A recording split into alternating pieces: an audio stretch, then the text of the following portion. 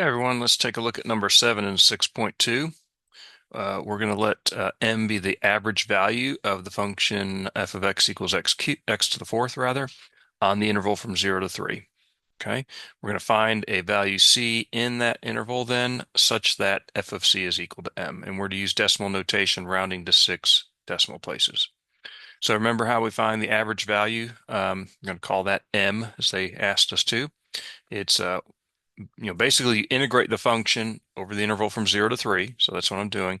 And then you divide by the length of the interval, right? So it's kind of like when we're finding an average, we add a bunch of values up. This essentially is what we're doing with the integration. Remember, this is really a summation process if you want to think about it, right?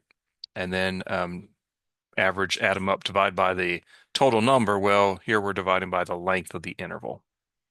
Okay, so pretty easy integral to evaluate. This will be 1/3. Antiderivative x to the fourth is 1/5 x to the fifth. We evaluated at 3 and evaluated at 0. 1/3 times 1/5 is 1/15. And so I get 3 to the fifth, which is 243 fifteenths, which 3 is a common factor. I get 81 fifths. So there's my average value for this function over that interval.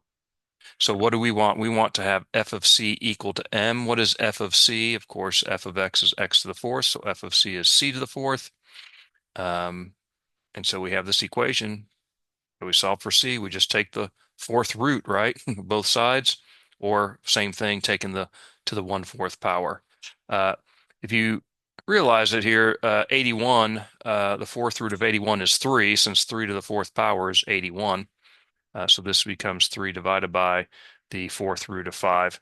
There's the actual rounded off value to 6 decimal places. So just be careful.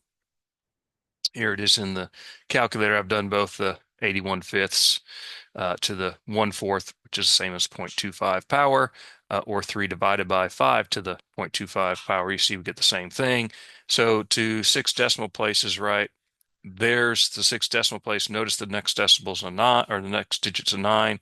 That would round that up to a 1. So that's why we have that. Okay, I hope this is helpful.